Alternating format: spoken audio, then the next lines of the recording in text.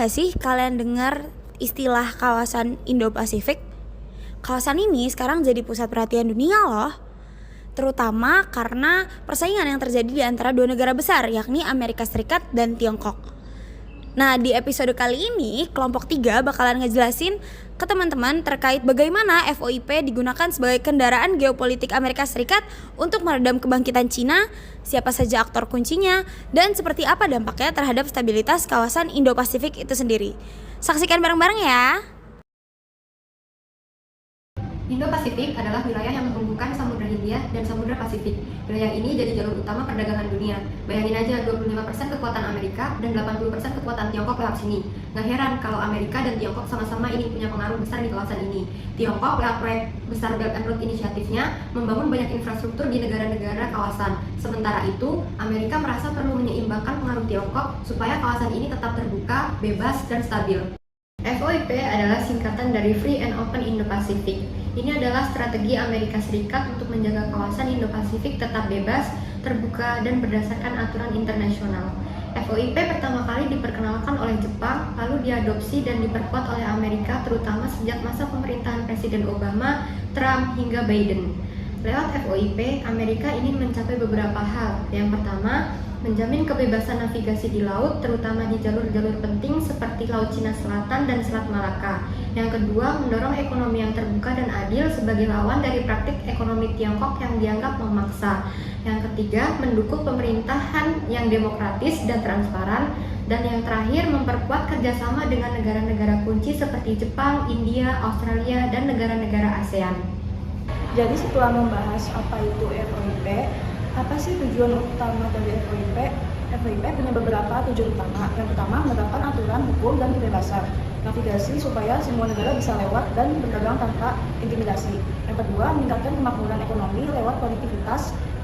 Amerika mendukung pembangunan infrastruktur, investasi, dan pengembangan SDM agar kawasan ini jadi pusat pertumbuhan ekonomi dunia. Yang ketiga, menjamin perdamaian dan stabilitas lewat kerjasama, pertahanan, latihan militer bersama, dan penegakan hukum maritim. Yang keempat, mendorong keterbukaan dan kerjasama inklusif. Semua negara bisa kerjasama asal mendukung prinsip-prinsip FOIP. Yang kelima, menangani isu global, misalnya perubahan iklim, keamanan cyber, energi, kesehatan, dan ketahanan pangan. Selanjutnya, bagaimana sih Amerika menerapkan sistem Free and Open Indo-Pasifik di kawasan Indo-Pasifik, di mana pada kasus ini Amerika tidak hanya bertindak lewat omongan saja, melainkan ada pula tindakan-tindakan lanjutan yang melingkupi beberapa instrumen, yakni yang pertama, dialog diplomatik. Adapun contohnya adalah Indonesia United States Security Dialogue atau IUSSD yang membahas mengenai pertahanan dan keamanan cyber. Kemudian yang kedua, kerjasama multilateral. Misalnya pengadaan forum Quad yang terdiri dari Amerika Serikat, Jepang, Australia, dan India, yang mana hal ini berfokus pada keamanan maritim dan tantangan global. Kemudian ada pembangunan infrastruktur, di mana Amerika bersama Jepang dan India mendukung proyek konektivitas seperti Asia Afrika Growth Corridor sebagai alternatif transparan dari BRI milik Tiongkok. Kemudian yang ketiga, kerjasama ekonomi. Lewat Indo-Pacific Economic Framework for Prosperity atau IPEF, Amerika memperkuat perdagangan bebas, investasi, dan rantai pasok. Kemudian yang keempat, penguatan tata kelola, di mana Amerika mendorong transparansi, demokrasi, penegakan hukum, dan pemberantasan korupsi. Kemudian yang terakhir, kerjasama keamanan. Lewat latihan militer bersama seperti Super Garuda Shield, Amerika meningkatkan kesiapan menghadapi ancaman regional. Inisiatif ini menawarkan pembangunan infrastruktur besar-besaran seperti jalan, rel kereta, pelabuhan, hingga pembangkit energi. Tujuannya menghidupkan kembali kejalan jalur sutra dan menghubungkan Cina dengan Asia, Afrika, hingga Eropa. Namun, BRI bukan hanya soal infrastruktur, ia adalah strategi ekonomi dan politik. Dengan memberikan pinjaman besar melalui bank-bank Cina, BRI membentuk ketergantungan. Negara-negara berkembang diberi dana, tapi terkadang kehilangan kendali. Kasus Sri Lanka dengan pelabuhan Hambantota Tota adalah contohnya. Dari contoh hutang menumpuk sehingga asetnya diserahkan kepada Cina. Di sisi lain, Amerika Serikat menilai BRI sebagai ancaman. Maka lahirlah FOIP, Free and Open Indo-Pasifik. Alih-alih proyek infrastruktur raksasa, FOIP menawarkan kerjasama strategi seperti dialog keamanan, latihan militer, bantuan pembangunan, dan dorongan tata kelola berbasis aturan. FOIP hadir untuk menjamin kebebasan navigasi, menolak klaim sepihak di Laut Tiongkok Selatan atau Cina Selatan, dan mendukung stabilitas kawasan. Jadi, kalau BRI menawarkan pembangunan fisik dan investasi cepat, FOIP datang dengan nilai transparansi, hukum internasional, dan kemitraan pertahanan. Yang satu membangun jalan dan pelabuhan, yang satu membangun aliansi dan nilai. Tapi di balik itu semua, keduanya sama-sama berjuang untuk satu hal, yaitu pengaruh. Dan pertanyaannya, negara-negara di Indo-Pasifik itu lebih milih jalan yang mana ya kira-kira? Dalam menerapkan strategi FOIP, Amerika menghadapi beberapa tantangan. Misalnya yang pertama, batas geografis Indo-Pasifik yang kadang masih diperdebatkan.